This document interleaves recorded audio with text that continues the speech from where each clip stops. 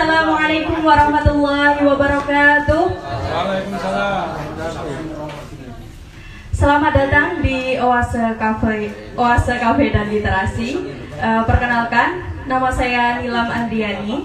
Saya di sini selaku moderator yang akan memandu acara kita pada malam hari ini. Untuk para pemateri, monggo maju ke depan. Untuk Bapak Syafiq Ali dan Mas Firdika Rizky.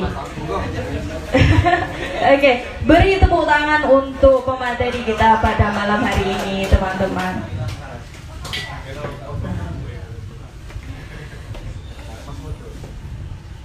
Baik,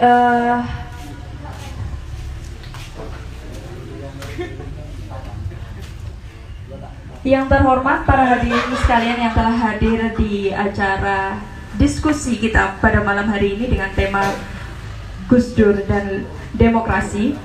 Pertama-tama marilah kita panjatkan puji syukur kehadirat Allah Subhanahu wa taala yang telah memberikan kita kesehatan, kebahagiaan dan kesempatan kita pada malam hari ini untuk bisa berkumpul di Oase Cafe dan Literasi untuk menimba ilmu kepada kedua pemateri yang sangat luar biasa pada malam hari ini. Semoga kita semua bisa fokus, teman-teman. Kita bisa mendapatkan ilmu-ilmu yang selama ini kita dambakan dan sangat kita cari setiap harinya. Apalagi di Haul Gus Dur yang ke-15 ini, kita sekaligus mengenang sosok beliau, tokoh bangsa yang sangat luar biasa, Kiai Haji Abdurrahman Wahid, atau biasa kita kenal sebagai Gus Dur. Hadirin sekalian, Gus Dur adalah sosok yang lekat dengan nilai-nilai demokrasi, keberagaman, dan kemanusiaan. Dan kita tidak ada yang tidak tahu akan hal itu. Malam hari ini kita akan mendalami pemikiran beliau, khususnya bagaimana demokrasi dimaknai dan dipraktikkan oleh Gus Dur. Melalui pandangan dua narasumber kita pada malam hari ini, yang pertama adalah Bapak Syafiq Ali. Beliau adalah tokoh inspiratif, bagaimana tidak, karena beliau adalah Ketua PBNU kita pada saat ini. Ketua PBNU, bagian media IT dan advokasi, betul? Bagian piknik katanya. Oke. Yang kedua, beliau juga adalah direktur dan penggagas NU Online. Luar biasa sekali.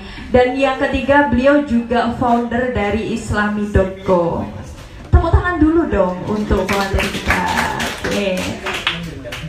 Untuk pemateri kedua, Mas Firdika Rizky. Beliau ini CV-nya juga sangat panjang, teman-teman, sehingga kalau disebutkan semuanya kita nggak akan materi karena terlalu banyak CV yang dibacakan.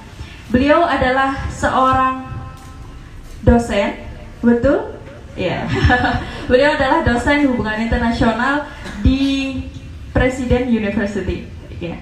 Yang kedua, beliau juga reporter di Narasi TV. Luar biasa sekali. Oh, gak apa-apa, walaupun dulu itu kan juga sebuah prestasi ya teman-teman. Kita belum ada yang jadi reporternya Narasi TV juga yang di sini. Baik, kita beri tepuk tangan juga untuk Mas Firdika Rizky. Tepuk tangannya mana teman-teman? Oke, terima kasih. Untuk menyingkat waktu, kita langsung saja menuju acara kita untuk membicarakan tentang Gus Dur dan demokrasi. Oke, karena ini acaranya talk show, jadi kita tanya jawab saja. Terus kemudian nanti kalau memang ada teman-teman yang mau bertanya juga nanti kita perbolehkan gitu, nggih, Bapak. Oke. Jadi untuk yang pertama ini bagaimana kedekatan Bapak Syafiq Ali, khususnya untuk yang pertama dulu, oke. Bapak Syafiq Ali dengan Gus Dur, apakah memang pernah bertemu secara langsung, kemudian berjuang bersama? Bisa jangan ceritakan. Gitu. Terima kasih. Ya, terima kasih. Selamat malam sebelumnya teman-teman semua. Selamat malam. Saya menjawab langsung karena umur saya sama Gus Dur itu jauh sekali ya, kami nggak dekat.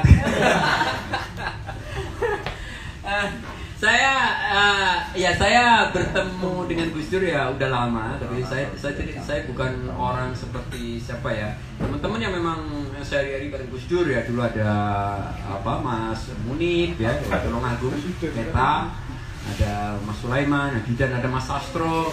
Itu yang orang-orang yang memang sempat jadi ajudan dalam tanda kutip ya, ajudan Gus Dur. Jadi mereka-mereka itulah yang sangat dekat. Kemudian juga yang sangat dekat sama Gus Dur ya sahabat-sahabat Gus Dur yang seumuran. Ada Pak Johan Effendi, ada Kang Sobari, ada Pak Ghaffar Rahman. Ya orang-orang yang seumuran itu. Nah di situ saya kan umurnya jauh banget. Saya waktu itu baru mahasiswa ibaratnya. Jadi tapi saya cukup lama memang dengan Gus Dur. Saya tahu Gus Dur sejak saya kuliah di Jogja. Dari saya di Jogja cuma bentar, terus kemudian saya ke Jakarta. Saya memang ke Jakarta, kemudian saya menjadi reporter di tabloid Warta NU itu tahun 96. Jadi sudah cukup lama. 96 itu saya berkantor di PBNU pertama karena menjadi reporter redaktur Warta NU. Dari situlah saya cukup banyak sering dengerin Gus Dur karena kan di PBNU kantornya. Jadi kalau Gus Dur lagi berkantor ya kami biasanya jago, dan Gus Dur memang ya kalau lagi ada di kantor pasti ya jago ngobrol.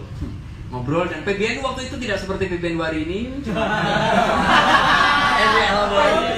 Maksudnya gedung PBNU waktu itu tidak seperti gedung PBNU hari ini, ya kan? Kalau hari ini kan udah 8 lantai, dulu itu cuma 2 lantai kayak bangunan lama. Jadi kalau Gus Dur datang ya semua orang tahu, dan pengurus PBNU yang aktif itu cuma sedikit. Jadi yang ngantor di PBNU tiap hari itu bisa dihitung dengan jari. Nah bisa dihitung dengan jari. Jadi kalau ada Gus Dur biasanya ya Gus Dur datang selalu sama orang-orang, datengin orang-orang ya. Ya dari situlah saya jadi sering ikut nimbrung, tapi anak kecil kan. Jadi ya dengerin Gus Dur ngobrol sama teman-teman sebayanya. Nah dari situ. Jadi kalau dibilang deket ya enggak, karena nggak pernah sangat mengikuti. Tetapi kalau ada waktu-waktu luang memang saya kadang-kadang masuk sendiri, pengen ngobrol sendiri ibaratnya. Jadi ngobrol hal-hal yang macam-macam. Nah, terus kalau Gus Dur lagi nerima tamu, misal banyak warga mengadu gitu, saya biasanya terus ikut nimbrung karena saya reporter Warta NU, jadi saya ikut ada di dalam, ikut dengerin gitu. Tapi ya di ruangan yang kecil, ya rumah tua ya, rumah lama cuma 2 lantai, ruangannya yang kecil-kecil, sofanya jelek gitu ibaratnya. Ya nggak seperti hari ini kan. Kalau hari ini kan gedung PBNU udah 8 lantai, orang rame yang berkantor di gedung PBNU banyak sekali. Jadi Oke. Kalau untuk pandangan Bapak pribadi mengenai sosok Gus Dur itu seperti apa? Ya pertama kalau kita ketemu Gus itu orang yang humoris. Siapapun yang saya kira pernah ngumpul gitu ya, dengerin Gus Dur, nggak pernah Gus Dur itu jagong tanpa humor. Gitu loh. Walaupun mungkin beberapa orang yang udah sering denger ya, beberapa diulang juga gitu istilahnya. Tapi nggak ada jago sama Gus Dur itu tanpa humor. Itu satu hal. Tuh. Kalau ngumpul sama teman-temannya, saya nggak tahu persis ya. Kadang ngumpul sama teman-teman sebayanya pun, Gus Dur tuh selalu humor. Saya kadang-kadang mikir, emang teman-temannya ini belum pernah deket humor yang itu ya. Jadi saya tidak tahu persis. Tapi pokoknya karena yang Gus Dur mungkin selalu ada yang baru gitu, selalu ada yang baru. Tapi saya kadang-kadang kayaknya humornya itu saya udah pernah dengar itu, udah pernah diceritain. Mungkin Gus Dur karena audiennya agak beda, itu satu. Kalau dengar Gus Dur. Yang kedua ya Gus Dur memang orang yang selalu berpikir ya, dia man of ideas. Artinya ketika ngumpul ya ada aja yang dipercakapkan, baik di PBNU atau mungkin dulu saya beberapa kali ya cukup sering lah dulu di Fordem ya. Fordem waktu itu ngumpulnya banyak kan di rumahnya Marsilam. Nah gitu, jadi saya waktu itu baru Jakarta ya ikut ngumpul. Ya sama itu ya, ngobrol-ngobrol itu tentang germengi pemerintah gampangannya. Nah, jadi selalu pembicaraannya terkait sosial, politik, negara, rumor-rumor politik. Kalau sekarang kan rumor politik udah ada di sosmed gitu kan. Nah dulu kan nggak ada. Dulu itu ibaratnya informasi itu hanya diketahui oleh circle sedikit orang yang dianggap punya akses. Publik umum enggak. Jadi kita yang aktivis yang masih muda itu selalu pengen tahu ada isu apa gitu kan.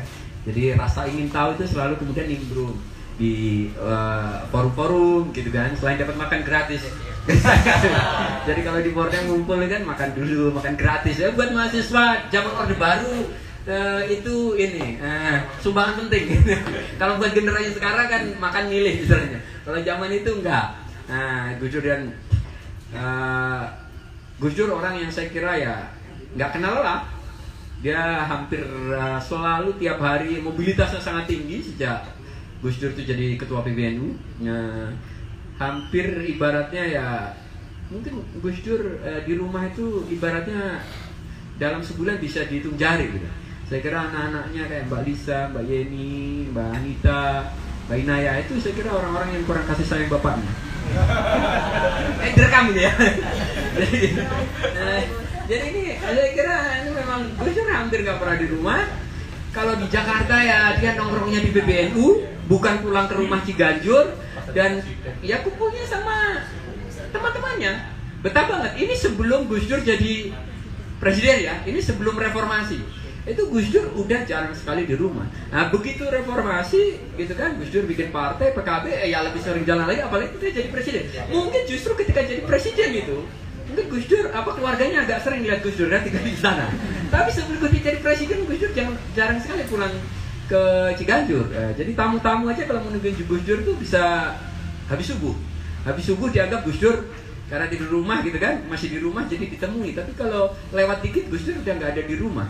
Jadi Gus Dur orang yang mobilitasnya sangat tinggi, yang buat orang seperti saya waktu itu ya aktivis masih muda gitu, yang hitungnya ya luar biasa karena kita juga nggak mampu keliling tiap hari kan, dengan ya seadanya. Gus Dur keliling bukan pakai kendaraan, bukan kendaraan umum yang ini gitu, tapi ya tetap ekstra. Saya kira Mas Firgi yang zaman nerbitin buku harus keliling kemana-mana aja mungkin beberapa kali ngeluh gitu. Nah Gus Dur tuh bertahun-tahun dia orang yang energinya nggak ada habisnya, padahal kondisi fisiknya bahkan sebelum jadi presiden pada zaman Orde Baru, Gus Dur secara fisik sudah tidak bisa dikatakan normal ya, penglihatannya maupun fisiknya, untuk jalan kaki, untuk apapun pada dasarnya dia udah mengalami hambatan, tetapi ya energinya demikian luar biasa, sehingga maklum kalau Gus Dur mungkin menjadi solidarity maker atau konsolidator dari banyak sekali orang.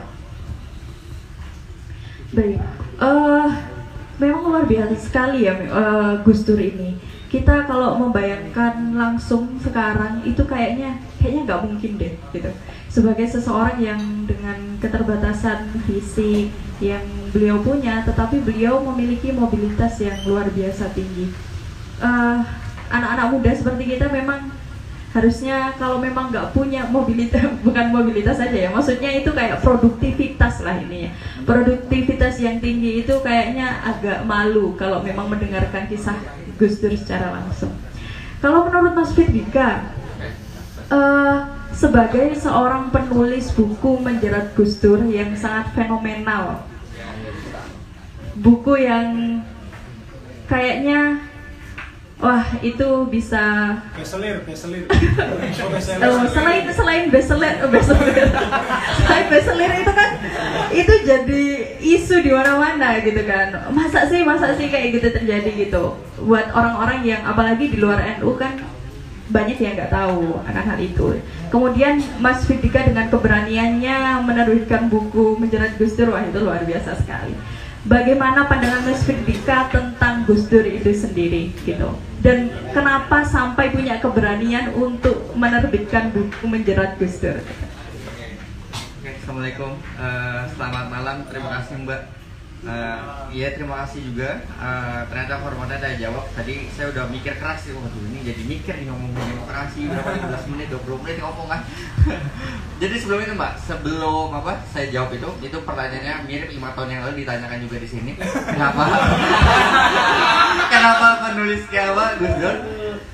Saya agak beda sama Mas Safi karena Mas Safi memang lahir besar di lingkungan NU. Saya hampir enggak. Mungkin tradisi iya.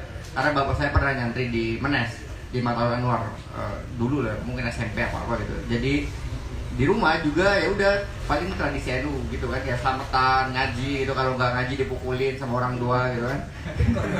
Iya, zaman itu kalau udah ada sosmed kacau, dipukulin gitu kalau ngaji. Iya, terus tahu Gus Dur pas jadi presiden itu saya umur kelas apa ya, kelas 1, kelas 2 gitu. Dan yang saya tahu Gus Dur itu libur puasa 1 bulan. Iya, saya waktu SD tahu Gus Dur presiden. Terus libur selama puasa 1 bulan, selebihnya nggak tahu. Sampai bahkan saya nulis baca buku Gus Dur atau tulisan Gus Dur itu ketika baru mau skripsi di semester 5 semester 7. Jadi praktis saya di kuliah pun tidak pernah gitu ikut organisasi yang bersinggungan dengan NU, misalnya PMI itu atau apa segala macam, saya nggak pernah. Jadi saya ikutnya dulu PPI, kadernya Mas Safik gitu kan. Ya, jadi saya pertama kali tahu Gus Dur itu mungkin semester 5, saya baca tulisannya Gus Dur. Waktu itu di Didaktika, saya aktif Didaktika di lembaga pers, saat itu mau diskusi filmnya Gandhi. Terus saya browsing tentang Gandhi, nah muncul satu tulisannya Gus Dur. Itu judulnya Damai dalam Pertentangan, diterbitkan di Tempo, saya lupa tahun 82 atau 83. Di situ Gus Dur bilang, ini aneh, ternyata manusia itu lebih senang dengan hal-hal yang simbolis. Kenapa? Karena di zaman itu Gus Dur sedang ke Jepang. Gus Dur merhatikan koran-koran Jepang itu lagi ramai bahas filmnya Gandhi. Sedangkan ada satu kolom kecil, mungkin kalau di Kompas sekarang di bawahnya gitu ya, kayak bagian feature-nya, itu tentang penghargaan untuk Dom Helder Kamara. Terus Gus Dur bilang, loh, padahal yang asli itu yang ini, yang sekarang hidup gitu ya, yang memperjuangkan banyak orang kemanusiaan, itu Dom Helder Kamara. Tapi kenapa yang diulas itu film? Walaupun kita tahu Gandhi juga punya peran yang sangat besar untuk kemerdekaan juga kemanusiaan, misalnya di India.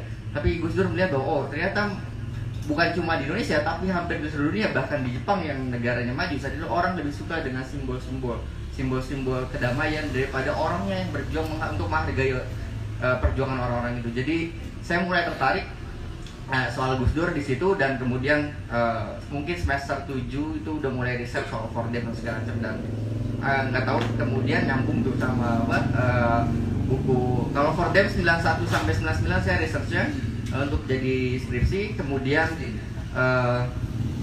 yang menjerat Gus Dur 99 sampai 2001 kan timeline-nya. Jadi itu nggak tahu kebetulan atau tidak, tapi ternyata align gitu secara garis waktu.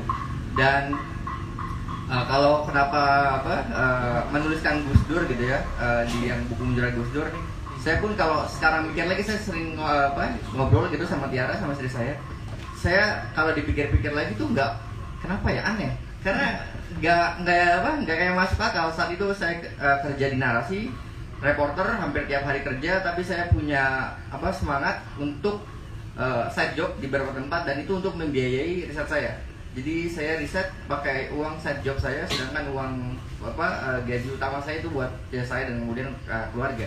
Jadi kalau dipikir-pikir ya, kok bisa ya punya energi, kemudian punya keberanian kayak gitu. Mungkin kalau hari ini dilakukan saya juga belum tentu berani.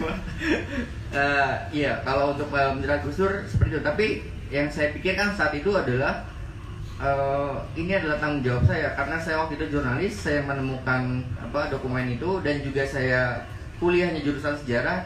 Jadi kemudian saya pikir ini adalah tugas saya, tanggung jawab saya sebagai mahasiswa sejarah yang dulu mendapatkan beasiswa bidik misi. Jadi duit Bapak Ibu semua mungkin ada mengalir ke saya. Jadi itu tanggung jawabnya gitu. Jadi itu mungkin salah satu jawabnya. Juga saya jurnalis, jadi saya bisa untuk konfirmasi beberapa orang, verifikasi. Ya, ketemu Amin Rais yang dulu diancam gitu kan, ketemu Akbar Tanjung yang selalu ngeles sama sendiri. Ya, jadi itu menurut saya, kalau ditanya lagi kenapa tuh saya nggak tahu, tapi saat itu saya pikir itu tanggung jawab saya, dan ya itu yang mungkin saya bisa, karena catatan malah kan idealisme itu hartanya anak muda. Saat itu saya masih sangat muda, sekarang juga masih muda sih. Kalau dibanding Mas Apik. Ya, baik, kalau soal Gus Dur ya, tadi saya kagumnya kenapa? Karena jujur ya tadi ya, saya tidak pernah tahu singgungan NU, dunia NU kayak gimana. Saya cuma tahu dari teman katanya yang pesantren segala macam. Jadi saya punya pikiran, ya udah NU belajarnya agama, di UIN ya belajarnya agama gitu. Dan ternyata Gus Dur mendobrak itu kan. Ternyata Gus Dur seorang intelektual, dia juga aktivis, dan bacaan sangat banyak. dia juga bisa menulis soal sepak bola, kemudian jadi ketua DKJ Dewan Kesenian Jakarta di tahun 90. Itu kan menurut saya tidak biasa di lingkungan kiai waktu itu kan. Saya mikirnya jadi ini out of the box dan juga setia dengan hal-hal yang prinsipil gitu. Jadi dalam riset saya dulu di Menjerat Gus Dur, dan juga kalau teman-teman baca tulisannya Pak Wimar itu di No Regrets, tulisannya Pak Wimar Witular, Gus Dur sempat ditawari untuk aman menjadi presiden, tidak di impeachment, asalkan Gus Dur jadi kepala negara, tapi kepala pemerintahannya adalah wakilnya. Tapi Gus Dur menolak. Kalau kayak gitu saya mengkhianati konstitusi dong. Saya nggak mau, lebih baik ya udah kalau mau dongkel saya silakan dongkel saya secara konstitusional. Kayak gitu Mbak. Terima kasih Mbak. Luar biasa sekali. Oke, memang pandangan tentang Gus Dur itu bermacam-macam dari setiap orang. Karena bagaimanapun kita saat melihat beliau, sosok beliau, walaupun hanya dari cerita-ceritanya saja, kemudian ada yang bersinggungan langsung dengan beliau Gus Dur, itu pasti akan memberikan makna dan ceritanya masing-masing. Nah, mengutip tentang demokrasi dan Gus Dur ini, bagaimana sih pandangan Bapak Syafiq Ali tentang demokrasi pada waktu itu, demokrasi yang dijalankan oleh Gus Dur sendiri itu seperti apa demokrasinya? Ya, Gus Dur orang yang sangat menghargai pada dasarnya kebebasan berbicara dan berekspresi. Demokrasi mungkin secara umum kan dari rakyat, oleh rakyat, untuk rakyat, gitu kan. Kalau sekarang dari rakyat, belum oleh sebagian rakyat, belum tentu untuk rakyat. Gus Dur, ya kalau kita ngomong demokrasi kan prinsipnya itu dibanding monarki kerajaan, raja itu kan tidak dipilih, ya kan?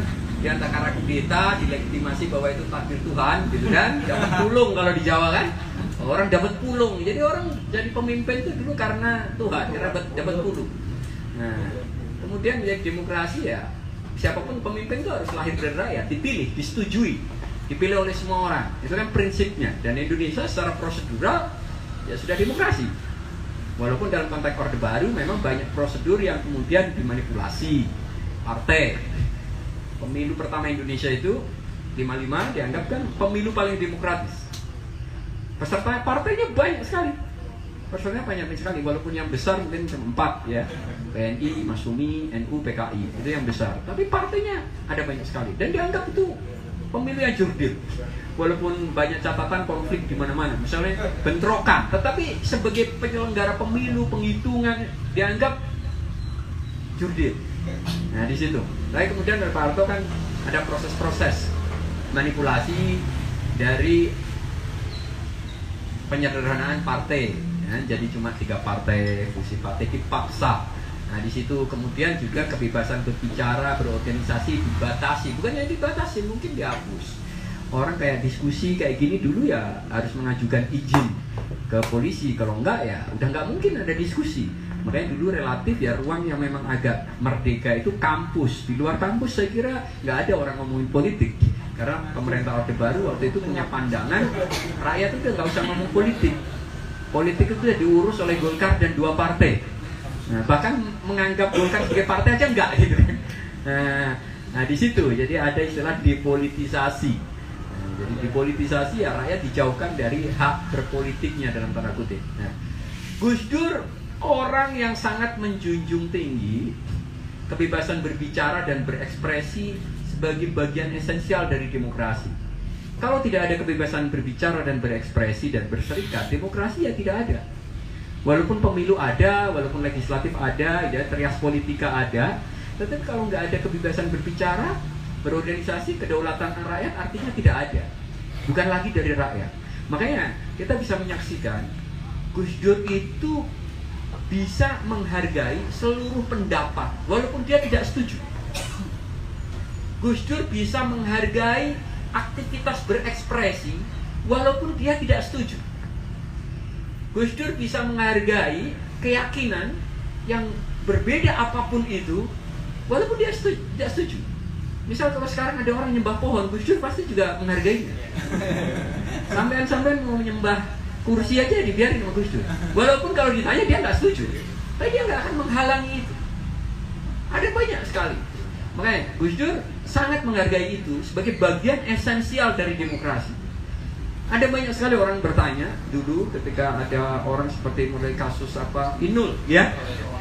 Inul diprotes banyak orang, termasuk diprotes oleh Rhoma Irama. Gus Dur membela Inul. Gus Dur membela Inul bukan dalam konteks membela bahwa tindakannya sebagai sesuatu yang layak didukung. Hai, Inul sebagai warga negara berhak untuk berekspresi seperti itu. Orang nggak bisa melarangnya. Siapa kamu mengatur tindakan orang? Sementara tindakan orang itu tidak ada yang dianggap melanggar hukum. Nah itu bukan berarti Gus Dur setuju. Lain. Waktu ada yang polling siapa tokoh paling populer di Indonesia oleh Arswendo di tabloid Monitor, dan Arswendo kemudian itu diadili di penjara karena menempatkan hasil polling itu Rasulullah itu nomor berapa gitu, lupa, nomor 10 ya. Nomor satunya Pak Harto. Gitu.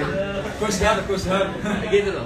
Kita mungkin nggak membayangkan hari ini kok bisa nomor 1 Pak Harto gitu. Nah gitu, karena dulu media itu sedemikian dikontrol. Yang baca media juga ini, Pak Harto itu tampil tiap hari di TV, di radio, tiap hari, tiap malam.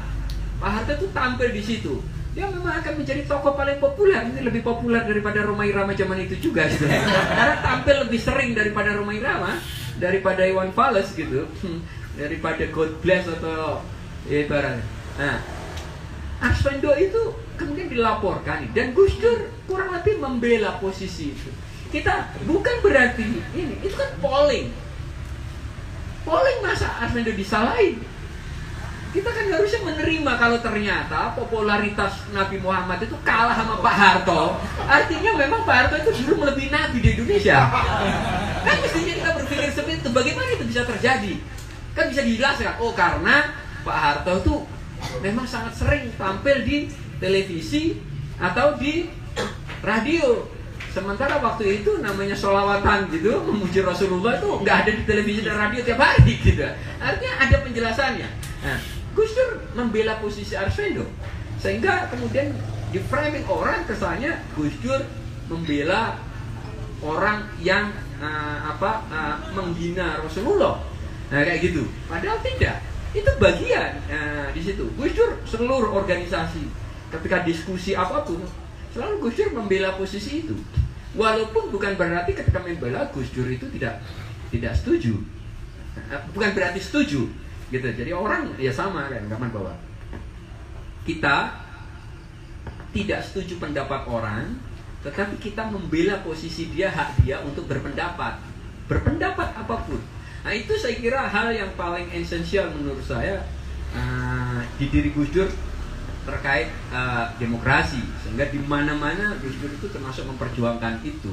Yang kedua memang ya Gus Dur memperjuangkan agar ya hak rakyat itu diakomodasi. Makanya Gus Dur selalu terlibat di misal ada kasus Gedung Ombo, di penggusuran ya, di kasus-kasus proyek besar itu nggak banyak yang berani menentang pada zaman itu. Dan Gus Dur karena dia tokoh agama, ketua NU, dan organisasi terbesar di Indonesia, ya banyak sekali aktivis Prodem waktu itu yang memang ya melibatkan Gus Dur. Makanya ketika Fordem dibentuk, yang dijadikan ketua Gus Dur. Gitu kan? Kenapa? Ya kalau jadi yang ketua yang lain udah masuk penjara mungkin. Dan kalau masuk penjara nggak ada yang belain karena jamaahnya dikit. Nah, kalau yang dijadikan ketua Gus Dur, kalau seorang ketua PBNU yang masuk penjara, kan dibayangkan mungkin rakyatnya terutama di Jawa Timur tuh pada nebangin pohon gitu kan. Jadi nggak akan belain. Nah di situ, Gus Dur sering diajak banyak aktivis kata Gedung Ombo, LBH, misalnya dan Buyung Nasution.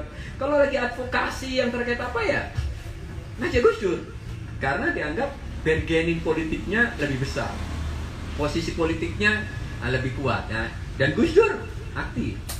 Dulu waktu kasus ada waduk nipah ya, Sampang di Madura, saya nggak tahu teman-teman. Saya kalau di Google pasti masih ada. Itu juga Gus Dur sangat aktif selain kiai siapa waktu itu, Sampang saya lupa, ada kiai yang sangat vokal waktu itu belain, dan nah, itu luar biasa. Karena itu pada masa di mana nggak banyak orang punya nyali untuk men-challenge keputusan pemerintah. Jadi dalam konteks demokrasi saya kira dua hal itu sangat kentara di ini Gus Dur, antara hak-hak kerakyatan, gitu. Yang kedua memang ya kebebasan berbicara dan berekspresi dan berorganisasi. Itu makanya di banyak tempat seringkali Gus Dur disalahpahami terkait itu, tetapi posisi dia sangat jelas. Dan memang saya kira sekarang kita juga menyaksikan ketika misal hak bicara, berekspresi, berorganisasi dibatasi, ya itu ancaman buat demokrasi. Nah, karena ketika itu pembatasan dan nggak ada yang berani men-challenge, ya hanya soal waktu. Semua kemudian serba negara, dikontrol negara, dan ya menjadi negara yang totalitarian.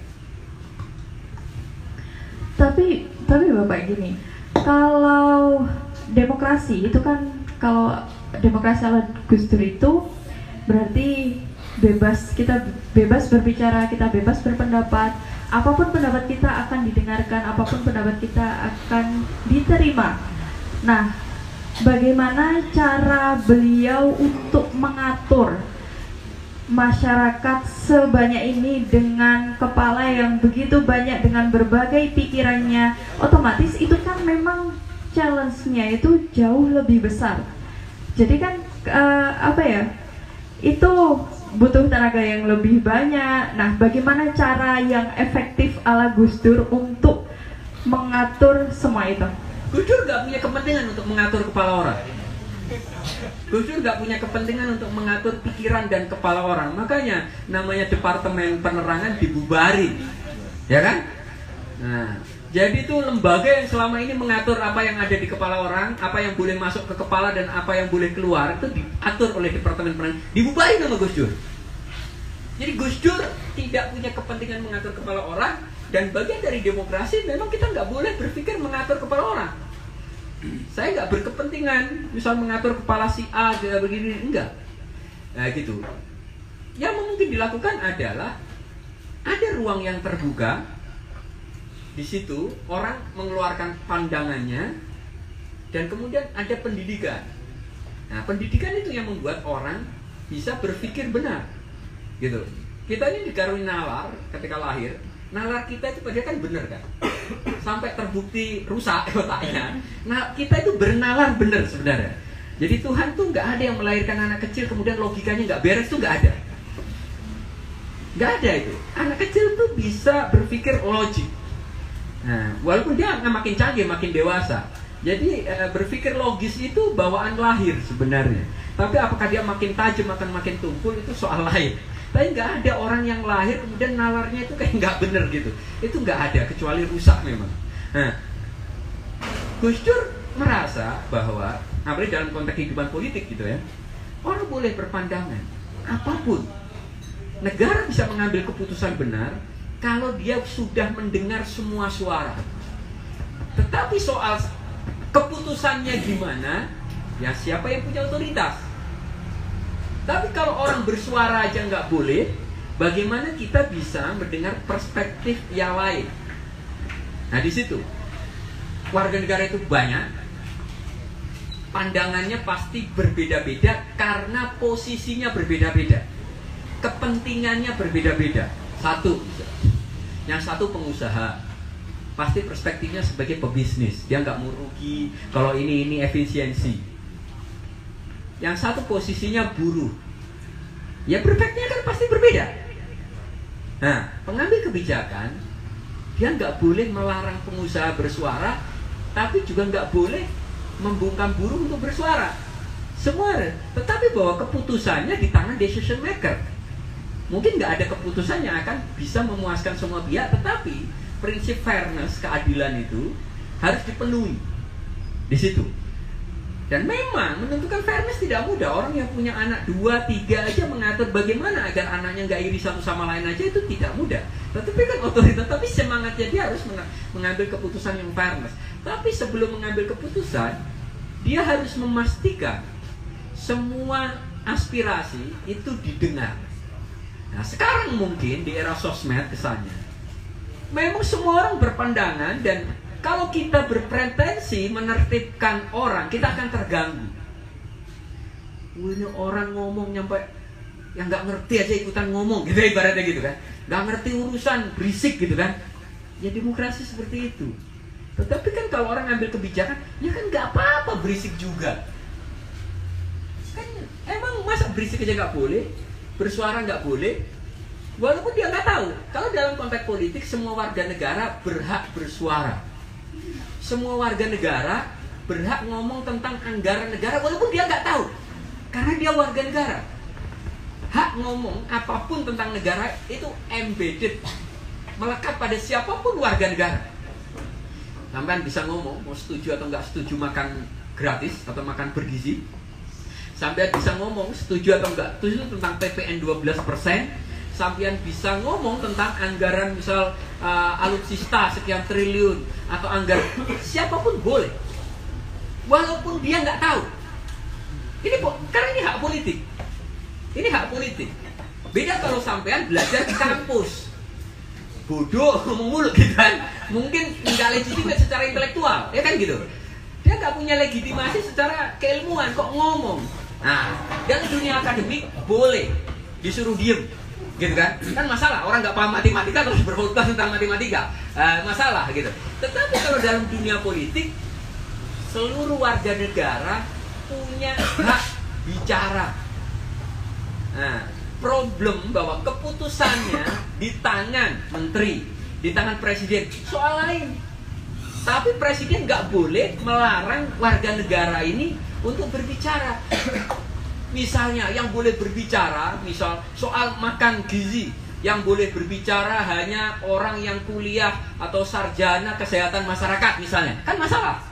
Yang lulusan UI nggak boleh misalnya gitu, karena nggak legitimate, kan nggak punya basis keilmuan, ya nggak boleh.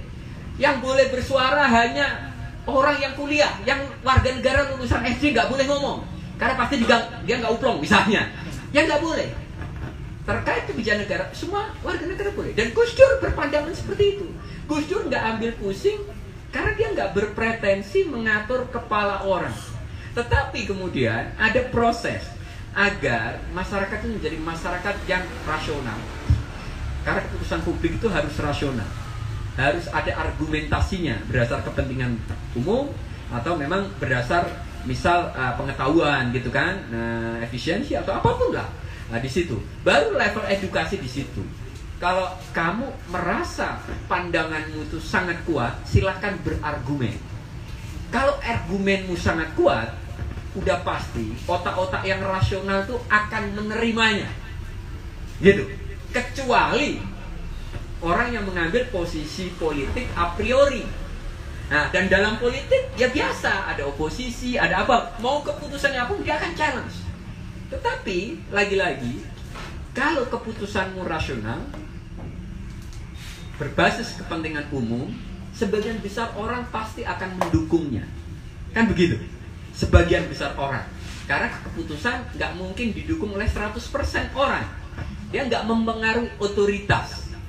Gus Dur, presiden atau orang menteri atau apa. Positioningnya di situ. Jadi tidak mengatur. Makanya kayak sosmed, saya sendiri misal, saya mungkin dulu agak punya pandangan gitu kan, memang orang yang memang ya tadi ini kan penyakit intelektual gitu, orang yang dianggap nggak ngerti kemudian ikut ngomong. Tetapi menurut saya memang itu hak politik warga negara, mau lulusan sarjana, SMA, SMP atau lulusan SD atau dia nggak lulus sekolah, dia boleh bicara. Dia boleh bicara, itu hak politik. Nah, di situ, makanya saya bisa paham. Sekarang kalau urusannya misal di sosmed rame, misal ada yang mengatakan mungkin ribut, ini harusnya sosmed diatur, pendapat ini boleh atau self censorship atau ada sensor ini, ya orang seperti saya dengan belajar di Gus Dur ya nggak setuju. Silakan ya kemana? Sejauh ya, ini kan pendapat itu bukan incitement to violence, misal kampanye kekerasan, itu bukan pendapat. Itu agitasi, itu hasutan. Karena kalau dilaksanakan ada orang yang dirugikan, ada orang yang dibahayakan, ada hak orang yang terenggut. Kalau cuma berbicara, berpendapat kan nggak ada hak orang lain yang terenggut. tinggal policy maker mengambil keputusannya seperti apa. Jadi seperti itu. Jadi nggak ada, Gus Dur nggak pernah punya pikiran mengatur gagasan, pandangan, pikiran orang yang disimbolikan dengan pembubaran Departemen Penerangan. Kalau untuk Mas Firdika ini, setelah penjabaran tentang demokrasi pada zamannya Gus Dur itu bagaimana dilaksanakan, kemudian kita tarik sekarang, menurut Mas Firdika apa nilai-nilai yang mulai luntur dari demokrasi itu sendiri? Gitu. Oke, berat pertanyaannya. Nah, tapi gini, aku melihat kalau kondisi demokrasi hari ini, terutama perilaku elit politik, itu sebenarnya belajar dari apa yang dilakukan oleh Gus Dur, terutama saat Gus Dur menjadi presiden. Kenapa? Karena dalam Gus Dur ya, saat pemerintahan Gus Dur, koalisi itu dibentuk hanya untuk merebut kekuasaan. Setelah itu koalisi dibebaskan atau bahkan dibubarkan kalau memang tidak sejalan dengan tujuan dan cita-cita pemerintahannya. Waktu konteks Gus Dur adalah tantangannya adalah implementasi dari tuntutan-tuntutan reformasi. Itu hari ini kita bisa lihat perilakunya elit politiknya itu, koalisi dibentuk bukan hanya untuk mendapatkan kekuasaan, tetapi juga menjaga kekuasaan. Bahkan bukan hanya, tidak cukup hanya partai politik, tetapi juga organisasi-organisasi kemasyarakatan, TNI, polisi, dan segala macamnya yang kemudian bisa menjaga kekuasaan itu tetap bisa aman tanpa adanya challenge dari DPR misalnya, legislatif. Karena kita kalau ngomongin demokrasi pasti ada check and balances, karena Gus Dur menghargai itu. Jadi ada pemerintahan yang eksekutif dan juga ada legislatif untuk check and balances. Sedangkan hari ini itu saya rasa tidak ada, dan kemungkinan juga agak-agak mirip gitu ya dengan Orde Baru, karena pemerintahan hanya DPR itu hanya jadi tukang stempel dari setiap kebijakan pemerintah. Dari pemerintahan sebelumnya misalnya kita tahu ada Undang-Undang Cipta Kerja, bahkan perubahan KPK, revisi KPK kan, itu juga terjadi dengan sangat cepat kalau itu hadir dari dan untuk kepentingan elit politik. Tapi misalnya untuk kepentingan rakyat, misalnya undang-undang TPKS itu kan butuh waktu bertahun-tahun, bahkan undang-undang perlindungan ART itu juga sampai hari ini saya rasa belum ada ketuk palunya. Jadi hari ini perilaku politika itu justru belajar dari Gus Dur, bagaimana ketika itu Gus Dur gagal dan untuk menjaga kekuasaan, sedangkan hari ini diperhatikan untuk menjaga kekuasaan apapun itu harus ditabrak. Mungkin juga ada secara tidak langsung ada pengaruh dari luar, misalnya China saya belajar di China, bagaimana China secara soft sellingnya, dia menjual secara soft kalau demokrasi itu tidak selaras dengan kesejahteraan. Makanya dibutuhkan pemerintahan yang ajak stabil dan bahkan tidak ada riak-riak politik di dalamnya. Bahkan kalau yang kita tahu kalau China tidak ada kebebasan untuk masyarakatnya mengkritik pemerintah. Ya bisa mengkritik, setelah itu hilang terus balik lagi kayak zaman Orde Baru lah. Jadi ada tempat saya dulu di Singhua di tahun 2022, waktu itu Covid, demonstrasi soal untuk melonggarkan kebijakan Covid, itu dia demonstrasi, kemudian malamnya itu diculik, baru pulang 7 hari kemudian. Jadi setelah itu dia diam dan kemudian ya udah ikut semua kebijakan pemerintah. Jadi cara-cara itu yang dianggap untuk mengganggu kestabilan pemerintahan itu harus diminimalisasi sebisa mungkin seminimal mungkin untuk tidak ada, bahkan tidak ada.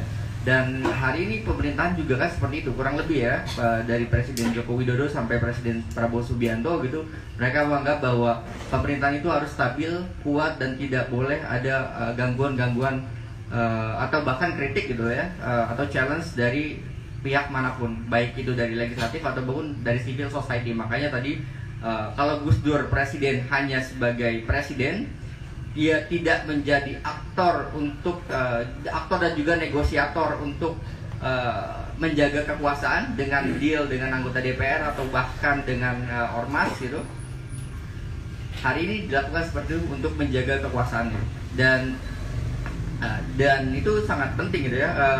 Itu sangat penting untuk sistem presidensial. Kalau teman-teman baca buku terbaru Misner, itu sebenarnya jadi ada dua sisi. Satu sisi presidensial yang dilakukan oleh Gus Dur gitu, dia tidak secara eksplisit menyebut Gus Dur, itu masih sangat rentan untuk pembangunan ekonomi, karena tadi turbulensi masih banyak kritik dan segala macam. Dan kemudian kalau di era SBY dan kemudian sampai Joko Widodo, itu turbulensi hampir minim, dan kemudian indeks ekonominya cukup tinggi, cukup baik. Walaupun kita bisa mempertanyakan sejauh mana pemerataannya terjadi, karena efek trickle down-nya saya rasa juga tidak terasa gitu, beda dengan Vietnam yang dia menerima investasi, kemudian dari investasinya dia bisa ekspor produk lain gitu ya ke Indonesia atau bahkan ke negara manapun gitu. Dan tapi ini juga di challenge gitu, ada satu pandangan lagi yang menganggap bahwa semakin demokratis negara, maka akan semakin maju perekonomian dan pertumbuhan manusianya. Karena dari kritik dan kemudian berisiknya demokrasi, mereka punya pandangan alternatif lain. Ada cara-cara lain, misalnya pemerintah mengeluarkan kebijakan A, kemudian dikritik, oh harusnya nggak gitu, harusnya yang lebih baik ini akan kayak gini, dan itu semua diserap oleh pemerintahannya, dan kemudian negara itu akan jauh lebih maju. Itu studi komparatifnya ada di Amerika Latin gitu ya, dan juga di sebagian Asia Tenggara, tapi tidak semua. Tapi berbeda, memang ada anomalinya adalah Singapura dan China. Jadi dia otoriter, tidak ada kebebasan, tapi ekonominya maju. Itu ada faktor-faktor lain, tapi itu hanya anomali. Sedangkan apa yang dilakukan Gus Dur menurutku adalah bagaimana Gus Dur ingin terjadi check and balances, dan juga peran-perannya juga berfungsi. Peran dia sebagai eksekutif, peran juga sebagai legislatif di DPR itu berfungsi. Karena Gus Dur menyadari, menurutku di zaman Orde Baru presidensial itu sangat kuat, tidak ada check and balances. Makanya Gus Dur tetap membuka gitu keran untuk Akbar Tanjung dan kawan-kawan di fasanya gitu untuk tetap kritis. Bahkan Amin Rais juga salah satu motornya untuk mengkritik Gus Dur pertama kali, bahkan untuk impeach kampanyenya di Oktober atau November 2000 itu di Republika jadi headline, itu dibiarkan oleh Gus Dur karena ya sudah, nanti juga masyarakat tahu mana yang baik dan mana yang benar, mana yang baik dan mana yang salah, mana yang benar, mana juga yang tidak benar gitu. Jadi hari ini kupikir elit politik tidak berpikir seperti itu lagi, karena lebih baik adalah untuk menjaga kekuasaan dan bagaimana dimanipulasi suara masyarakat itu untuk menjadi seolah-olah menjadi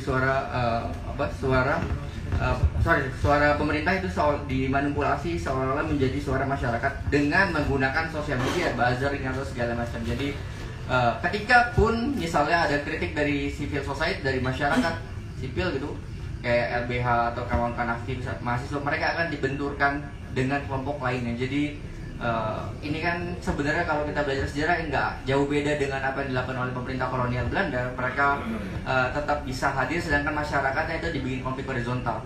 Dan saya pikir itu menjadi tantangan tersendiri gitu, dan sangat berat untuk civil society hari ini untuk bisa menjaga kritisisme, karena dengan hari ini dengan banyaknya undang-undang pencemaran nama baik ya, terus kemudian ada undang-undang transaksi elektronik ETE dan segala itu juga menghambat atau bahkan secara tidak langsung itu untuk membatasi self store untuk terhadap suara kritis, dan itu tidak hanya terjadi di masyarakat sipil tapi juga di dunia akademis. Bagaimana ada teman-temanku bahkan gak hanya di Presiden University tapi juga di beberapa kampus, mereka sudah melakukan self store karena itu akan berpengaruh untuk dirinya dan juga untuk ranking di kampusnya. Jadi kekuasaan sudah mencekram bahkan sampai ke ranah akademik, yang dimana di ranah akademik semuanya juga bisa kan diperdebatkan,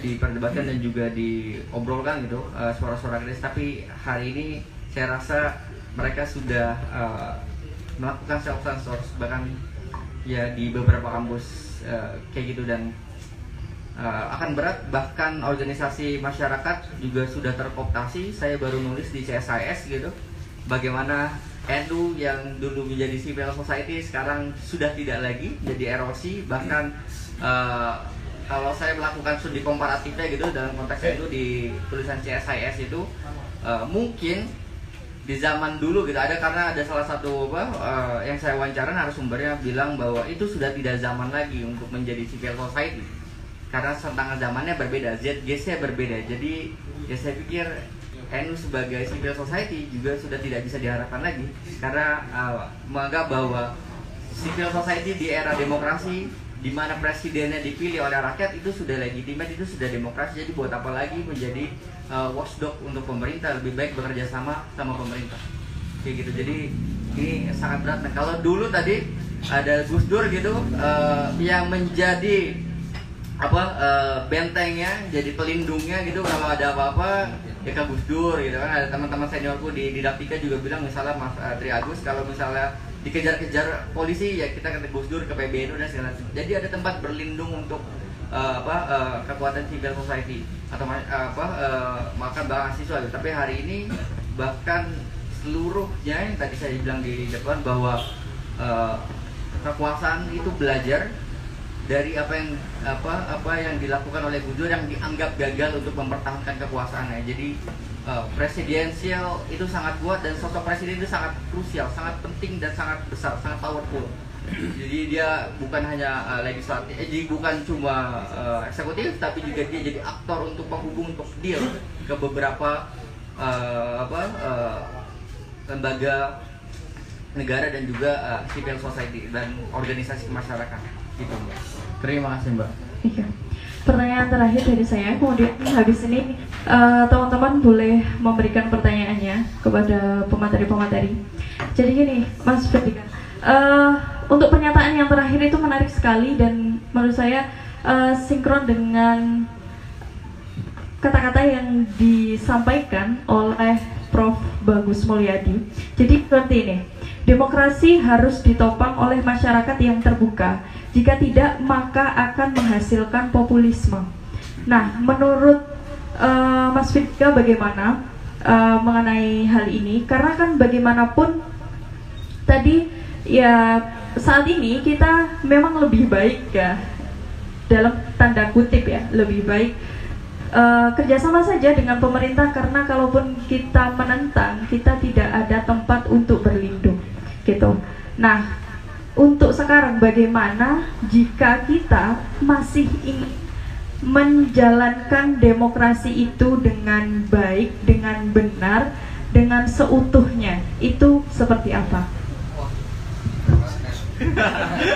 Kalau dalam misalnya dalam riset saya gitu yang kemarin soal NU, sebenarnya tidak ada masalah juga misalnya untuk bekerja sama dengan pemerintah, itu juga wajar-wajar saja dan sah saja. Tapi kemudian ada saatnya gitu NU harusnya bisa mengatakan tidak gitu untuk pemerintah. Misal proyek Rempang, kemudian juga pas di kasusku kemarin tuh yang di Jawa Tengah ya, Wadas dan beberapa hal gitu, beberapa tempat. Jadi tidak apa-apa sebenarnya sebagai civil society, sebagai organisasi masyarakat untuk bekerja sama pemerintah. Tapi kemudian ketika itu menyangkut hajat hidup orang banyak yang terpinggirkan atau bahkan yang termarginalkan mereka yang papa, mestinya mereka bisa hadir untuk menjaga itu. Karena esensi dari demokrasi kan tadi adalah masyarakat. Kalau masyarakatnya sendiri ditindas, terus siapa yang kemudian untuk bisa pasang badan dan kemudian untuk setidaknya melakukan perlawanan dan perlindungan dan juga perlawanan untuk memperjuangkan hak-hak masyarakatnya. Nah, kalau misalnya ngomongin demokrasi populisme dan gitu, saya pikir populisme kan lahir gitu. Ini populisme dan strongman ya, menurutku itu adalah dua hal yang berkaitan. Karena strongman itu orang yang mengaku gitu ya bahwa dia adalah satu-satunya representasi masyarakat. Kayak misalnya di kampanye gitu dulu, Jokowi adalah saya gitu. Ini kan salah satu bentuk populisme, dan dia satu-satunya yang menganggap dirinya adalah representasi masyarakat, dan sedangkan yang di luar itu bukan bagian dari masyarakat. Dan suara masyarakat terbanyak gitu, hal-hal yang dianggap berpihak kepada masyarakat, kemudian semuanya ditampung dan kemudian diperjuangkan. Gak masalah gitu, tapi satu sisi juga menjadi masalah gitu kalau misalnya populisme itu kemudian membahayakan orang lain juga, yang tadi sebenarnya bilang Mas Safi, karena satu sisi ada orang yang tidak setuju, itu bukan dianggap sebagai bagian dari masyarakat, us versus them, kita atau mereka, itu kan menjadi masalah gitu dalam demokrasi dan membuat polarisasinya juga berarah kepada tindak kekerasan dan bahkan sampai pembunuhan. Itu ada banyak kasus gitu kalau studi-studinya. Dan saya pikir bagaimana demokrasi bisa jalan, dari yang saya baca gitu ya civil society-nya harus tetap berisik mau gak mau, apalagi gitu yang dipunya itu adalah kemampuan untuk berkomentar. Ya syukur sekarang ada sosial media gitu, walaupun di tracking ada digital digital terrorism dan juga surveillance, tapi paling tidak digital ini gitu itu jadi pintu masuk untuk civil society untuk tetap bisa bersuara. Makanya dalam beberapa kasus kita sering lihat kan bahwa no fear no justice. Kalau bukan masyarakat ya yang kemudian kritis dan ramai berisik, itu akan dianggap biasa saja gitu. Pelanggaran polisi tembak pelajar segala macam itu akan dianggap biasa saja, dan itu menjadi masalah. Dan demokrasi gitu bisa hidup kalau masyarakat sipilnya terdidik, dan bagaimana mendidiknya salah satunya di sosial media. Makanya sosial media begitu penting, dan masuk bukan hanya di satu platform tapi juga beberapa platform gitu ya. Karena kalau temanku bilang kalau TikTok itu aplikasi kandang monyet. Jadi ya harus dilawan, ya harus dikantor dengan konten teman-teman gitu yang memang harus bisa mendidik mereka untuk bisa berpikir jauh lebih baik gitu sih Mbak.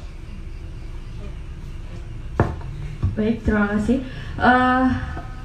Saya buka pertanyaan untuk teman-teman yang mau bertanya.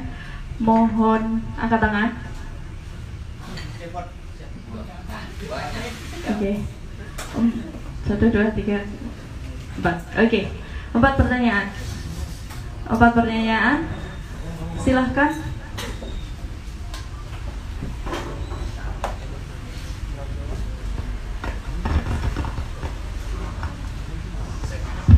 Saya duluan. Terima kasih. Selamat malam untuk para pemateri dan untuk kawan-kawan semuanya. Ya, saya ingin sedikit bercerita saat kemudian Gus Dur juga masih ada saat itu, dan juga relasinya dengan Malang, dan khususnya di Malang, dan juga bagaimana pergerakan kawan-kawan di Malang. Jadi ya kita tahu kalau kemudian salah satu tempat yang paling bisa berekspresi adalah kita melawan NKKBKK saat itu kan. Sama Mas Safik juga saat itu merasakan NKKBKK. Nah kebetulan suara-suara mahasiswa itu kan kemudian banyak keluar juga dari bukan hanya demo, tapi kemudian saat itu lewat yang namanya pers kampus, Persma. Mas Afif juga pernah aktif di sana, dan kebetulan di Malang itu saat kemudian ITSMI dideklarasikan di Brawijaya, itu ada counternya yang kemudian yang namanya PPMI, Persatuan Pers Mahasiswa Indonesia, itu lahirnya di Malang. Tapi hari-hari ini ternyata pers mahasiswa juga kemudian bergeser menjadi populis banget gitu kan. Itu juga kemudian nggak tahu ada yang salah di mana, karena saya pernah ikut terlibat di PPMI deklarasi awal, dan kemudian dari situ kemudian banyak sebenarnya produk-produk dari suara-suara mahasiswa yang keluar yang kritis, tapi juga kemudian harus berhadapan dengan kebijakan kampus. Salah satunya majalah saya cuma terbit 4 kali, setelah itu di-branded. Itu ya Ketawang Gede. Nah itu katakanlah bagaimana perlawanan yang dulu dilakukan, dan ternyata hari-hari ini sekarang memang terjadi degradasi untuk Persma.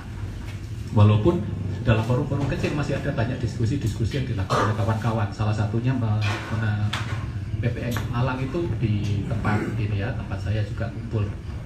Nah itu yang untuk bagaimana kemudian suara kita lewat Persma itu terdegradasi dan sebenarnya kita bisa menghidupi lagi itu kemudian menjadi suara-suara kritis dari mahasiswa.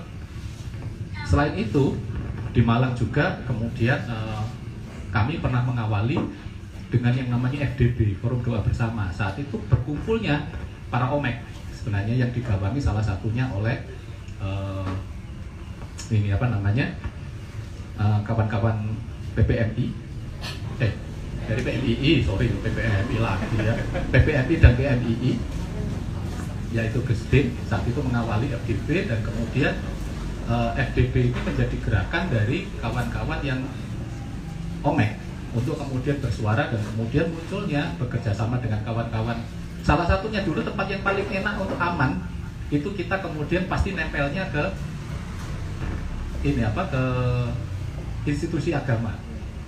Nah, salah satunya dulu tempatnya ngumpul itu di Balai Wiyoto, di KJW, yang kebetulan Gus Dur juga pernah aktif mengajar di sana Islamologi selama 7 tahun. Bahkan sampai sekarang memoriabilianya tetap ada.